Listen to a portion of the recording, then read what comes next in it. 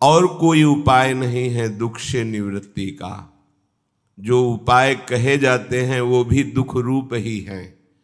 भगवद विमुख पुरुष को चाहे जो भी साधन कर ले वो परम सुख को प्राप्त नहीं हो सकता। चाहे जो देवता को रिझा ले परम सुख को प्राप्त नहीं हो सकता।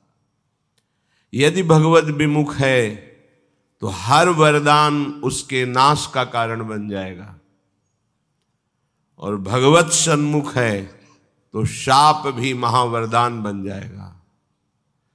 काकभूषुंड जी महाराज भगवान के प्रेमी जन हैं। लोमस जी ने शाप दे दिया, जा काक हो जा। ओ क्या फर्क पड़ा। अपार भगवान की भक्ति में डूबे हुए आज भी विराजमान है। सूर्य भगवान को रिझाकर स्यमंतक मणि प्राप्त की, लेकिन श्री कृष्ण की विमुखता उनके हृदय में थी। क्या दशा हुई श्रीमद् भागवत में देख लीजिए। वो भी मारे गए, उनके भाई भी मारे गए। अगर हम प्रभु से विमुख हैं तो कोई तपस्या, कोई तीर्थ स्नान, कोई पवित्र शुभ कार्य ये हमारा मंगल नहीं कर सकते। और अगर हम प्रभु श्री हरि के चरण आश्रित हैं तो किसी की भी सामर्थ्य नहीं कि हमारा नाश कर सके, हमें विपत्ति में फंसा सके। किसी मंत्र में, तंत्र में, भूत में, प्रेत में या अन्य किसी में सामर्थ्य नहीं, क्योंकि प्रभु समस्त ईश्वरों के ईश्वर हैं। ये भ्रमात्मक माया का ऐसा जाल फैला हुआ है कि हमें सत्य लगता है संसार, सत्य लगता है शरीर, और सत्य लगते हैं इसके भोगे जाने वाले भोग। इसी में राजी रख करके माया हमारे समय को नष्ट करती रहती है, और जो हमें अमूल्य समय मिला था भजन के लिए, भगवत प्राप्ति के लिए, प्रभु श्री हरि को रिझाने के लिए, प्रियाजू को रिझाने के लिए, वो व्यर्थ में इंद्रियों के रिझाने में चला जाता है। मन और इंद्रियों की विलासता में हमारा समय नष्ट कर देती है ये भगवान की त्रिगुणात्मिका माया। इसीलिए प्रभु करुणा करके कह रहे हैं कि मैं समस्त ईश्वरों का ईश्वर हूं। ये करुणा है उनकी। उनको अहंकार नहीं है कि वो ये वर्णन कर रहे हैं कि तुम मेरी भक्ति करो, मैं भगवान हूं, ईश्वरों का ईश्वर। ईश्वरों का ईश्वर होते हुए भी यहीं जहां उपदेश कर रहे हैं अर्जुन के सारथी बने बैठे हैं। देख लो कैसा हमारे प्रभु का स्वभाव है कि अपने दास की दासता करने में भी हमारे प्रभु को संकोच नहीं होता। और हैं कौन? ईश्वरों के भी ईश्वर भगवान शंकर, महादेव, शनकादि, नारदादि, ये बड़े बड़े जिनके चरण रखने की चौकी की वंदना करते रहते हैं। ध्येयम सदा परिभवग्नम अभीष्टदोहम तीर्थास्पदम शिवविरंचि नुतम शरण्यम। ओहो, ऐसे महामहिम प्रभु हैं, पर जो इनकी भक्ति करता है चरणों का आश्रय लेकर, ये इतने कृपालु हैं कि उसके सेवक बन जाते हैं। प्रभु कह रहे पुरुषा स परः पार्थ भक्त्या लभ्यस्त्वनन्यया यस्यान्तःस्थानि भूतानि येन सर्वमिदं ततम्। विराट स्वरूप से भगवान सबको अपने गोद में लिए हुए हैं, और सूक्ष्म रूप से भगवान सबके हृदय में विराजमान, चाहे वो चींटी ही क्यों न हो। इतने बड़े हैं कि सब उनके गोद में बैठे हुए हैं, और इतने सूक्ष्म है कि जो तुम्हें दिखाई भी नहीं दे रहा उसके अंदर भी वो विराजमान है। अणो अणियान महतो महियान। प्रभु कह रहे हैं, हे पृथानंदन अर्जुन, संपूर्ण प्राणी जिसके अंतर्गत है, जिससे यह संपूर्ण संसार व्याप्त है, वह परम पुरुष परमात्मा केवल अनन्य भक्ति के द्वारा प्राप्त किया जा सकता है। अनन्य भक्ति। भक्त्या लभस्त्वनन्यया। ये जब तक अन्य आश्रय है, अन्य बल है, अन्य सत्ता है तुम्हारे हृदय में, तब तक अनन्य भक्ति नहीं जागृत होती। पीछे वर्णन हुआ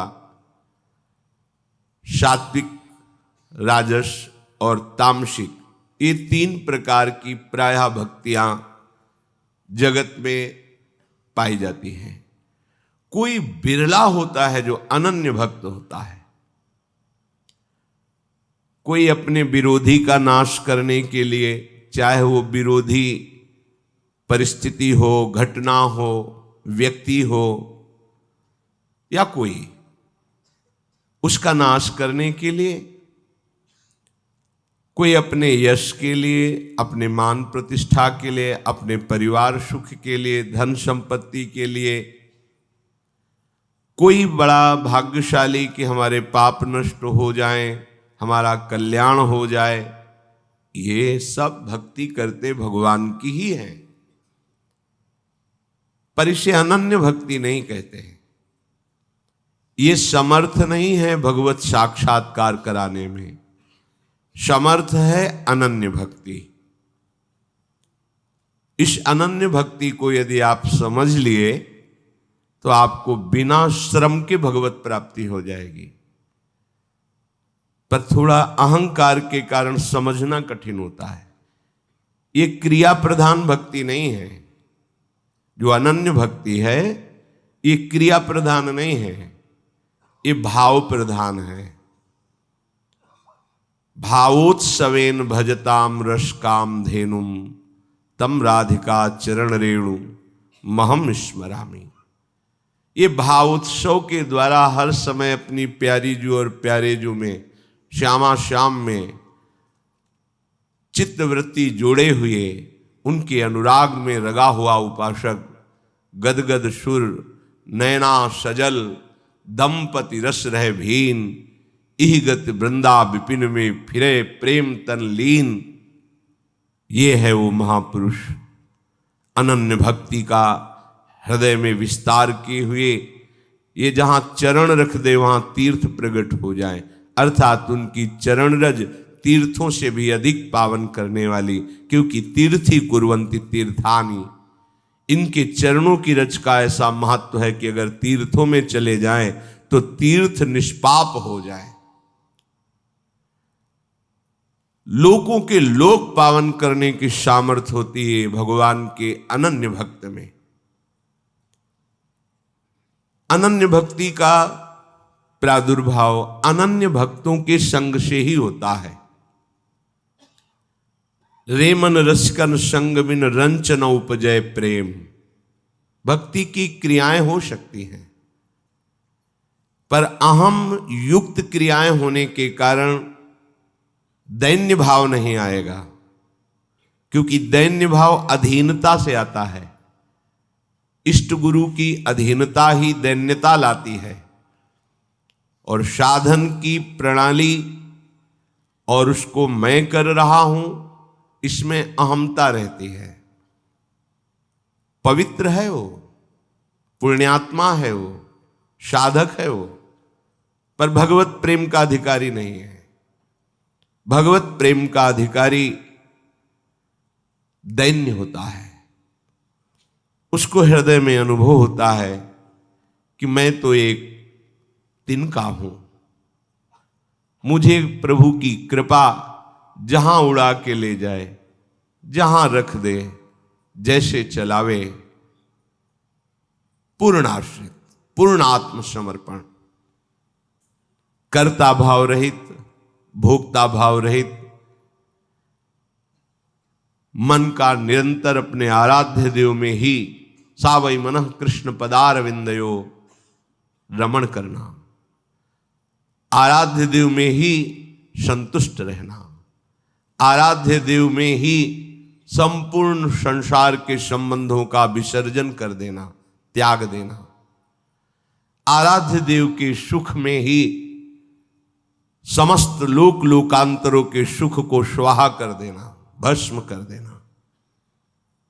अनन्य भक्ति भगवान को सेवक बना लेती है। ये अनन्यता बड़ी दुर्लभ है।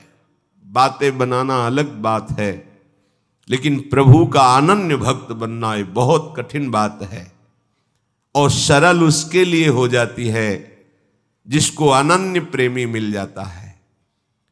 यदि प्रियालाल की कृपा से अनन्य भगवत प्रेमी का सानिध्य मिल जाए तो फिर इस संक्रामक रोग की तरह अनन्य भाव हमारे हृदय में आ जाता है।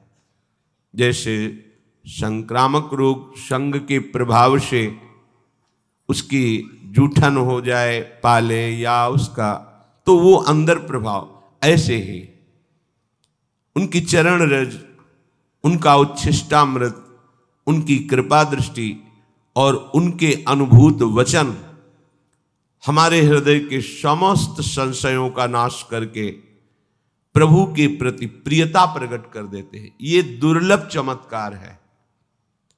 प्रकृति में ही प्रकृति का कुछ चमत्कार दिखाना ये कोई खास बात नहीं है।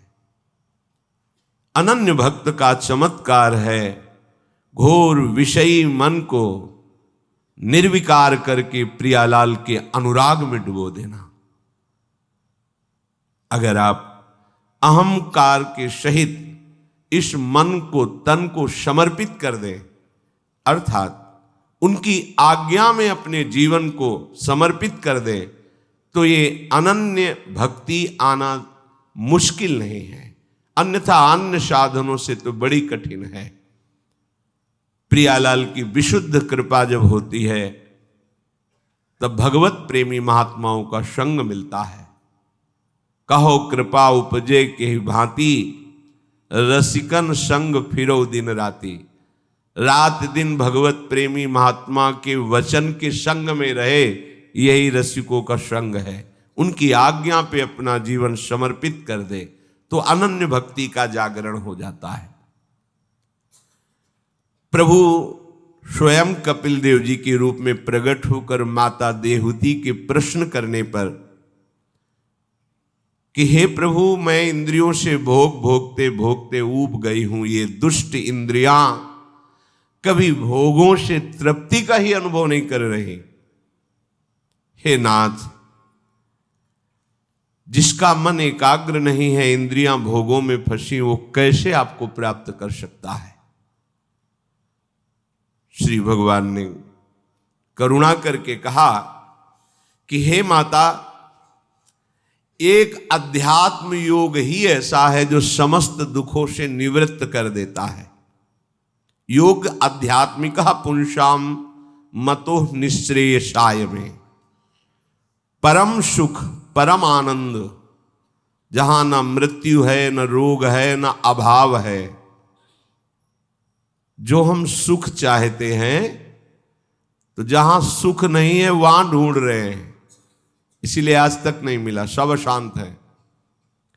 आपको तो जो जो चीजें चाहिए, जो वस्तुएं, धन संपत्ति, पद की आकांक्षा रखते हैं, तो आपको लगता है अगर ये मिल जाते तो मैं सुखी हो जाता।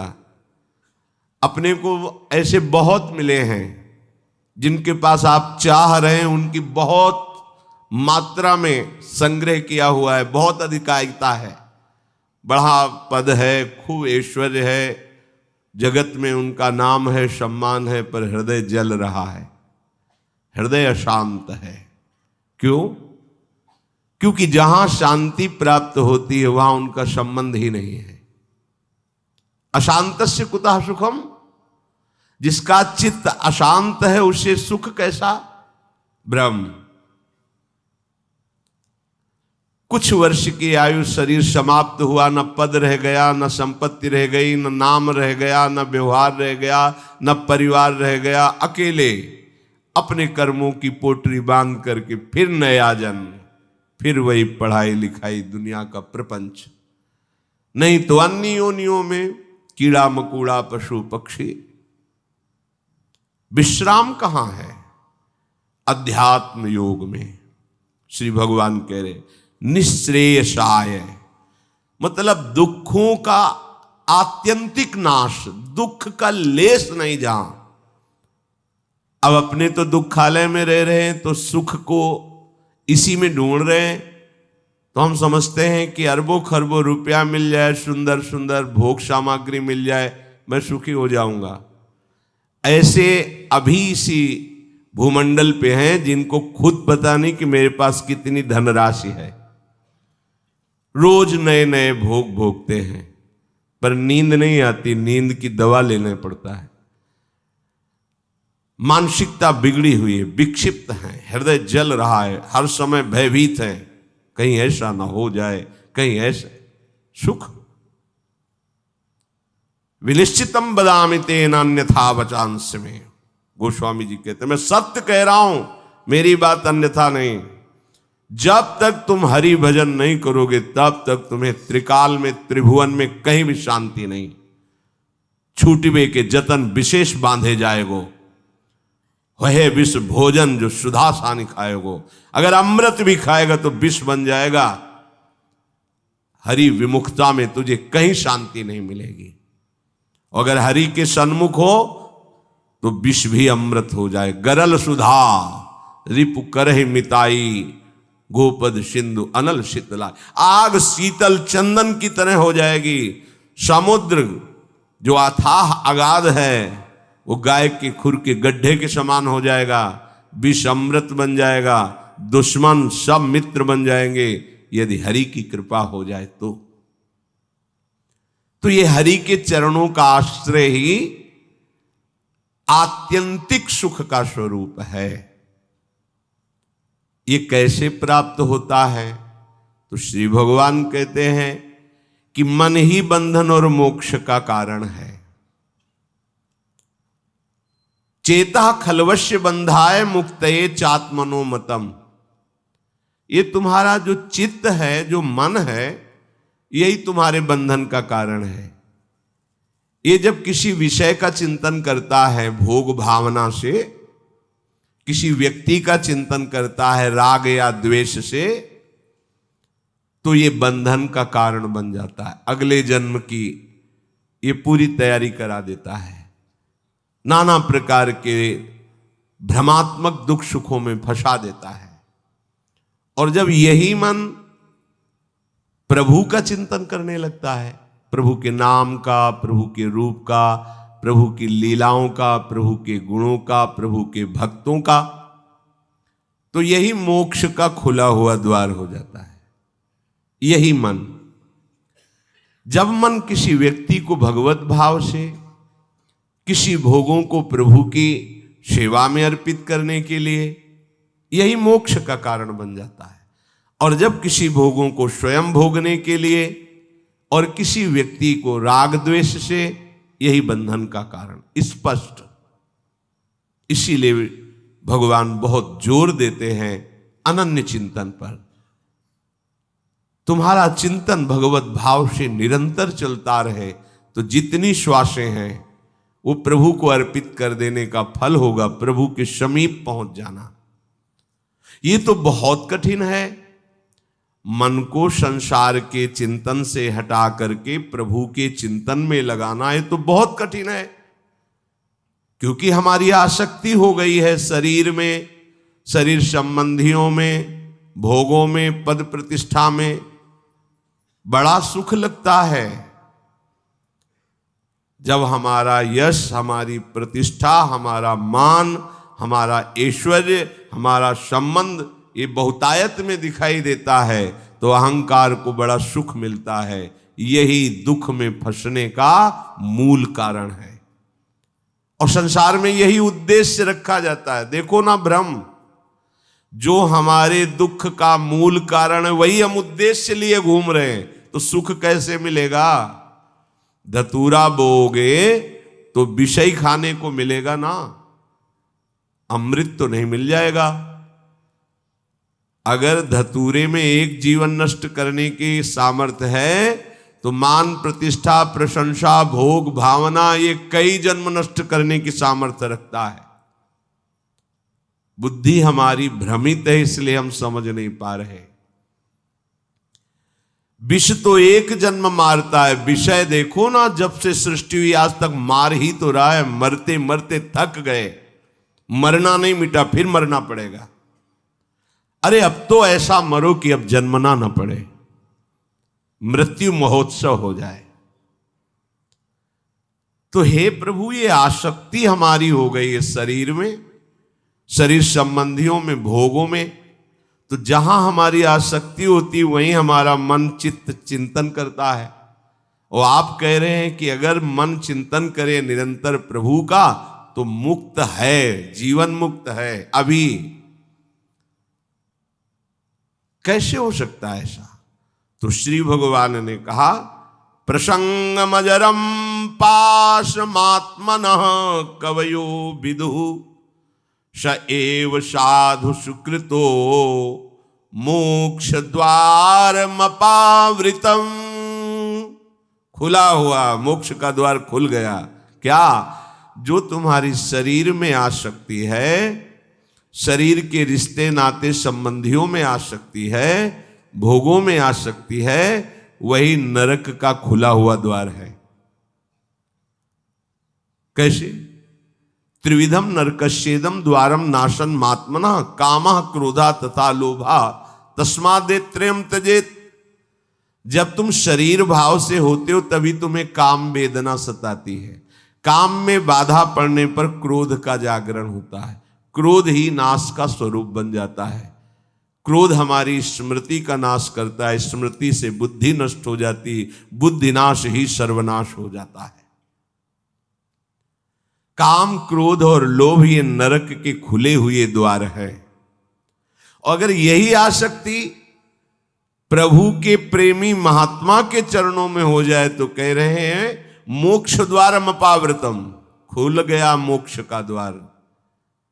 अब बस केवल प्रवेश करना है, अर्थात उनकी आज्ञा का पालन करना है। जो आसक्ति शरीर में, भोगों में, संबंधियों में है, यदि वो श्री भगवान के प्रेमी महात्मा सदगुरुदेव के चरणों में हो जाए तो मोक्ष का खुला हुआ द्वार है। अब प्रभु वर्णन करते हैं कि वो महात्मा जन कैसे होते हैं, जिनके चरणों में संपूर्ण आसक्ति समर्पित की जाए और हमें भगवत प्राप्ति हो जाए। साधारण शब्दों में, जिनके चरणों के सहारे से हम माया से मुक्त हो जाएं, अर्थात जिनके चरणों में सर रख करके निश्चिंत हम हो जाएं कि अब हो गया सब कुछ, मुझे गुरुदेव मिल गए, मानो प्रभु मिल गए, गुरुदेव का सहारा मिल गया, अब ये संसार समुद्र मुझे डुबो नहीं सकता। क्योंकि गुरु कृपालोह कृपया वदेत, विश्वेश्वर पादाम्बुज दीर्घ नौका। कृपालु गुरुदेव अपनी वाणी से हमें ऐसे सावधान करके निकाल लेते हैं समुद्र से, जैसे कोई समुद्र में डूब रहा और विशाल नौका समीप लाकर उसे उठाकर उस नौका में बैठा ले। तो विश्वेश्वर पादाम्बुज दीर्घ नौका, भगवान विश्वेश्वर के चरणारविंद रूपी दीर्घ नौका का आश्रय गुरुदेव प्रदान कर देते हैं। प्रिया प्रीतम के चरणों की शरणागति। तो वो कैसे होते हैं जिनके चरणों में हम आत्मसमर्पण कर दें? तो श्री भगवान कहते हैं वो संत कैसे, तितिक्षवः, बड़े सहनशील होते हैं। कितना भी कोई उनका अपमान करे, निंदा करे, विरोध करे, उनके हृदय से यही निकलेगा, तुम्हारा सर्व मंगल हो, न इस लोक में तुम्हें कभी कष्ट मिले, ना कभी परलोक में कष्ट मिले, भगवान तुम्हें सदैव सुखी रखे। ठाकुर श्री हरिदास जी को 22 बाजारों में कोड़ों से मार मार करके मृत्यु दंड दिया। अपराध कृष्ण नाम गायन का। कैसा दुष्ट है संसार। जो अपराधी हैं उनको दंड देना उचित है, लेकिन जो निरपराध है उनको दंड देना भारी दुष्टता है। कैसी दुष्टता। हर समय जो नाम में डूबे हुए हैं ऐसे निर्मल महात्मा को 22 बाजारों में कोड़े मार मार कर मृत्यु दंड का ऐलान ऐसा ही किया गया। सुकोमल त्वचा, जहां कोड़ा पड़ता त्वचा खिंच जाती, रक्त छलछला आता, उसी पे और कोड़े मारते। एक बार भी ऐसा नहीं कहा कि हे हरि बचा लो, नहीं कहा। हरि बोल, जैसे ही कोड़ा लगता हरि बोल। वो दुष्ट जल्लाद जब मारते और देखा कि व्यथित नहीं हो रहा, अब भी ये बोलता है हरि बोल, मुस्कुरा दिए, अब तुम्हारा कल्याण हो जाएगा। उनको अपनी पीड़ा की फिक्र नहीं है। ये जो दुष्ट भाव से पीट रहे हैं, ये हरि को समर्पित शरीर है, इनका पतन हो जाएगा, ये तो नष्ट हो जाएंगे। जब वो बोले हरि बोल कहता है तो प्रसन्न हो गए हरिदास जी। 2 बार हरि बोला, अब इनका तो कल्याण निश्चित है। ये है तितिक्षवा, अपने कष्ट की परवाह नहीं है। ईसा मसीह जी को क्रूस पे टांगा गया तो आंसू निकल पड़े। पूछा निजी परिकरों ने, प्रभु बहुत कष्ट हो रहा होगा? बोले नहीं, ये आंसू उसके लिए, उस शिष्य के लिए है जिसने मुझे सूली पर टंगवाया है। शिष्य ने ही उनके इस सूली पर चढ़ने का पूरा षड्यंत्र रचा था। मैं अपने ईश्वर से प्रार्थना करता हूं कि उसको कभी कष्ट ना हो। कैसा हृदय, कैसा हृदय होता है संतों का, कैसा हृदय होता है। महाप्रभु हरिवंश चंद्र जी के लिए सेवक जी लिखते हैं, करत जे अनशहन निंदक तीनों पे अनुग्रह कियो। जो अनशहन करके अवहेलना करते हैं, अपमान करते हैं, निंदा करते हैं, उनका भी मंगल किया। ये संत ऐसे होते हैं। संत ते होई न कार जहानी। साधु से कभी किसी का अमंगल नहीं हो सकता। वो गुस्सा होकर शाप दे दे तो भी वरदान से बढ़कर होता है। नारद जी ने शाप दे दिया नलकुबर मणिग्रीव को, क्या जा वृक्ष योनि को प्राप्त हो। कहां के वृक्ष बनाया? नंदालय के। और जो बड़े बड़े मुनियों के ध्यान में भी बड़ी दुर्लभता से आते हैं, उन श्री कृष्ण का स्पर्श और संभाषण और दर्शन प्राप्त हुआ। यह शाप था या वरदान था? भगवान के जो प्रेमी भक्त होते हैं वो महान से महान कष्ट सहकर कष्ट देने वाले को कष्ट रहित कर देते हैं। ये त्रिभुवन में कहीं ऐसा स्वभाव नहीं पाया गया। ऐसा स्वभाव त्रिभुवन में किसी का नहीं जैसा संत का है। इसीलिए भगवान अधीन हो जाते हैं। स्वयं भगवान कहते हैं, निरपेक्षम मुनिम शांतम निर्वैरम समदर्शनम अनुब्रजाम्यहम नित्यम पुएत्यंगुरेणु भी। ये जो किसी की अपेक्षा नहीं रखते, जो सदैव मेरा ही मनन करते हैं, हर परिस्थिति में शांत रहते हैं, किसी से द्वेष नहीं करते, सब में मेरा ही भाव करके समदर्शी हैं, ऐसे महात्माओं के पीछे मैं डोलता हूं कि उनकी चरण रज मेरे ऊपर पड़ जाए और मैं पावन हो जाऊं। ये श्री भगवान के वचन। कैसी महामहिमा भगवत प्रेमी महात्माओं की। कारुणिकाहा, उनके हृदय में करुणा उछलती रहती है। थोड़ा सा जो वात्सल्यमयी मां है उसकी तरफ झांक के देखो। तुम भले उसे पीट दो, अपमानित कर दो, लेकिन तुम्हें ठोकर भी लगेगी तो आह उसका हृदय बोलेगा, अरे अभी पीट के गया है पर उसको ठोकर लगेगी तो उसका हृदय लगा तो नहीं तेरे। एक वात्सल्य के अंश से समस्त ब्रह्मांडों की माताओं का हृदय रचा गया है। ऐसे वात्सल्य समुद्र प्रभु को जो रिझा लिए हैं, उन महात्माओं का हृदय कैसा होगा अनुमान भी नहीं लगा सकते आप। कारुणिकाहा, करुणा के समुद्र होते हैं, क्योंकि करुणा समुद्र प्रभु अपने समस्त गुणों से वैभव से युक्त होकर उनके हृदय में प्रकाशित हो जाते हैं तो सबके, पर माया का पर्दा लगाए हुए बैठे हैं। पर भगवत भक्तों के चिंतन के प्रभाव से, भजन के प्रभाव से हृदय का पर्दा हट जाता है जो मायाकृत है, और भगवान हृदय देश में ही उनके खेलते हैं। इसलिए उनके हृदय में बहुत करुणा होती। कारुणिकाहा सुहृदा सर्वदेही नाम, संपूर्ण प्राणियों से बिना किसी स्वार्थ के उनका प्रेम होता है। सबके वो अहेतुकी मित्र होते हैं, कोई स्वार्थ नहीं। केवल तुम्हारा मंगल हो जाए, तुम सुखी हो जाओ, तुम्हें कभी दुख का मुख न देखना पड़े। जो भगवत प्रेमी महात्मा है, वास्तविक जो भगवत प्रेमी महात्मा है, उनकी एक एक चेष्टा जगत मंगल के लिए होती है। सुहृदा सर्वदेही नाम, अजात शत्रवहा, कभी उनके हृदय में किसी के प्रति शत्रु भाव नहीं होता। अगर एक भी व्यक्ति के प्रति शत्रु भाव रहेगा तो यहां लौट के आना पड़ेगा। एक भी व्यक्ति से आसक्ति हो गई तो लौट के आना पड़ेगा। मृग के बच्चे से हुई मृग बन गए, पुरंजनी से हुई पुरंजनी बन गए। हमारी ऐसी भगवत भावना बढ़े कि पूरी सृष्टि में कोई एक भी शत्रु ना हो। जो तुमसे द्वेष करे उसको प्रणाम करो। यदि भगवत प्राप्ति के मार्ग में बढ़ रहे हो, जो तुमसे ना बोले उससे तुम कभी भी रूठो मत। सामने पड़े तो राधे राधे श्री हरिवंश। कभी ऐसा नहीं कि ये तो दुष्ट है मैं गाली देता, नहीं नहीं, हमारा प्रभु ही हमारे हृदय को मजबूत करने के लिए ऐसा स्वांग रच रहा है।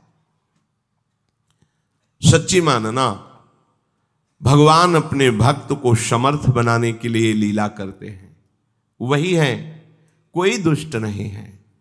किसकी सामर्थ्य है कि प्रभु के पार्षद को गाली दे दे, प्रभु के पार्षद को पीट दे, प्रभु के पार्षद की अवहेलना कर दे? ये भगवान इसीलिए करवाते हैं कि तुम समर्थ बनो, द्वंद्वों को परास्त करो, ना कि द्वंद्वों से परास्त हो जाओ। तुम मेरे सेवक कहलाकर द्वंद्वों से परास्त हो जाओगे तो ठीक नहीं है। ए भगवान का भक्त, जरा सी बात में देखो विकल हो, नहीं। कोई भी भगवान का प्रेमी महात्मा ऐसा चरित्र नहीं पाया गया कि कभी किसी भी परिस्थिति में व्यथित हो गया है। नहीं, यम ही न व्यथ्यन्ते ते पुरुषम पुरुषर्षभ सम दुखा सुखाधीरम स्वमृतत्वाय कल्पते। जो सुख दुख में समान किसी भी परिस्थिति में हृदय व्यथित नहीं हुआ, हर समय राधा राधा राधा, परम पद उसके चरणों में लौटता है। वही परम पद का अधिकारी है। अजात शत्रवहा, तुम्हारा कोई एक भी शत्रु नहीं होना चाहिए, क्योंकि भगवान कहते संतों का एक भी शत्रु नहीं होता। अपना मन ही शत्रु है, कोई और बाहर शत्रु नहीं। जब तक आप अपने मन को प्रभु के चरणों में नहीं लगाते, तब तक ये जाल फैलाता रहता है। एक को मित्र बनाएगा, एक को शत्रु बना लेगा, एक में राग कर लेगा, एक में द्वेष कर लेगा, और हमारे नए जन्म की व्यवस्था कर देगा। ये मन ही हमारा शत्रु है जब तक वश में नहीं होता। ये मन ही हमारी दुर्गति का कारण है जब तक ये प्रभु में नहीं लगता। प्रभु में लग जाए, वश में हो जाए, तो इससे बड़ा कोई मित्र नहीं। मन ही श्री कृष्णाकार होकर भगवत साक्षात्कार करा देता है।